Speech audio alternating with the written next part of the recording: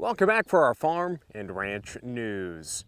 U.S. beef exports set new volume and value records in May, topping $1 billion for the fourth time this year. That's all according to data released by USDA and compiled by the U.S. Meat Export Federation, who says the export numbers are a great indication of soaring broad-based demand for U.S. beef. I think that the key here is that we have broad-based growth from several countries.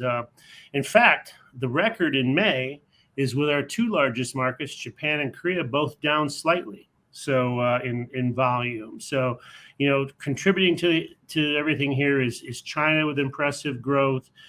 You've got Indonesia, Philippines, you've got Colombia.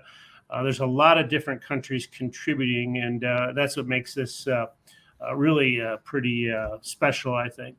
USMEF recognizes that the direction the global economy is headed may impact exports in the months ahead.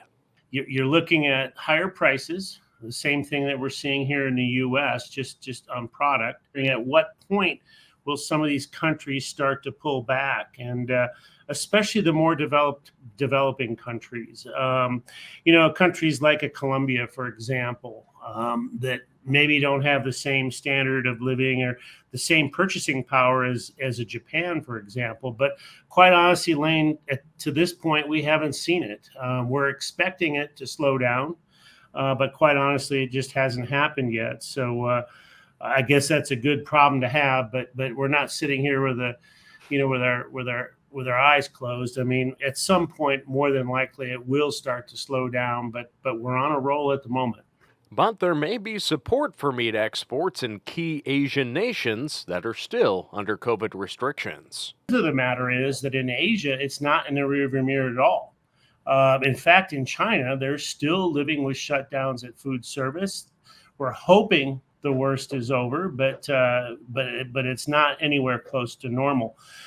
Japan and Korea, not normal. In fact, their last emergency declaration was only lifted in April. I think U.S. beef has a great opportunity for some revenge spending by the consumers in places like Japan and Korea and possibly Taiwan in the last half of this year, because it'll take time to get back to some sort of normal as it relates to food service. And of course, U.S. beef is one of the mainstays at food service in these Asian markets. May exports of U.S. lamb also increased 35% from a year ago, with value climbing 40% to $2.55 million, with key growth seen in Mexico and the Caribbean.